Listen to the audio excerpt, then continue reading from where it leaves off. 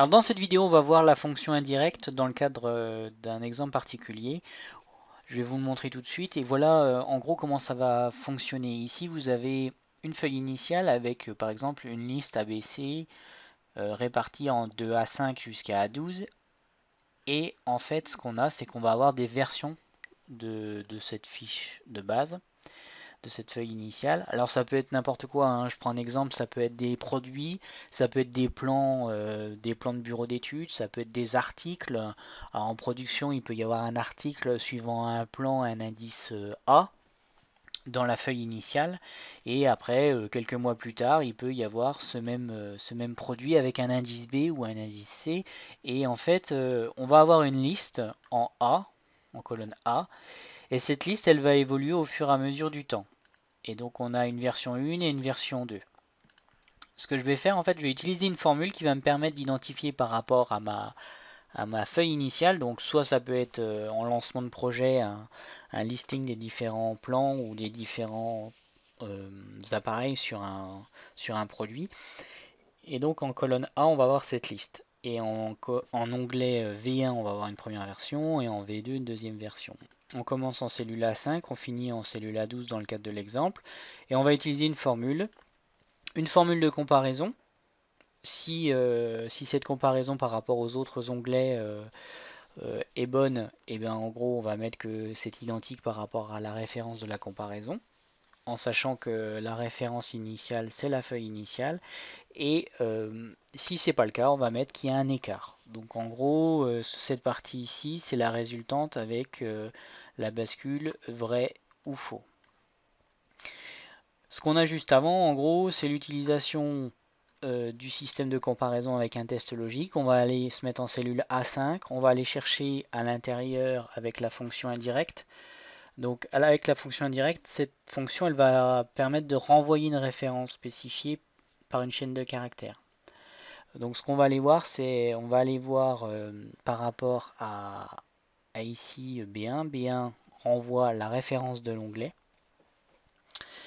et la ligne A correspond de la colonne A correspondante. Donc en gros ce qu'on fait ici, on va les comparer cette cellule A5 avec cette cellule A5 dans l'onglet V1. Donc ici ce que j'ai fait, c'est que j'ai fait un menu déroulant avec les deux onglets, donc V1 ou V2. Et en gros quand on sélectionne V1, ça va comparer A5 du A5 de V1, et quand on met ici V2, ça fait la même chose avec l'onglet ici V2. Sachant qu'en V2, j'ai une liste tout à l'indice C et ici tout à l'indice B. Et en gros, ici en A, si par exemple j'avais que du A, ça ferait des écarts partout. Par rapport à l'indice V2, puisqu'elle est forcément en C, et l'indice V1 également, puisqu'elle est en C. Donc si par exemple je mets une liste à l'indice B, identique à la référence précédente, comme ceci.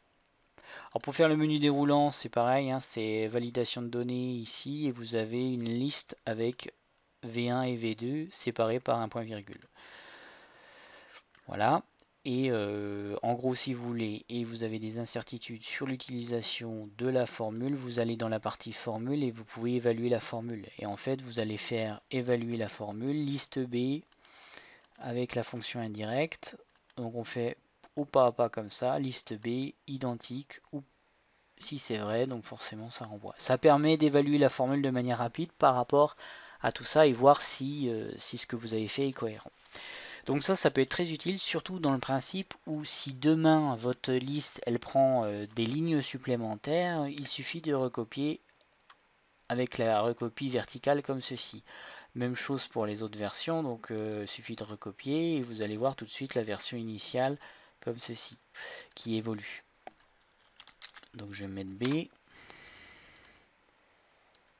Donc ça c'est très intéressant, et en gros si vous voulez changer demain votre système de référence, il suffit de changer son système de référence au niveau des cellules ici de la colonne A, et en gros le reste suivant le même principe. Donc A, vous changez en A, si par exemple vous avez vos données en B, vous allez mettre ici B20, et ici vous allez mettre ici la colonne B.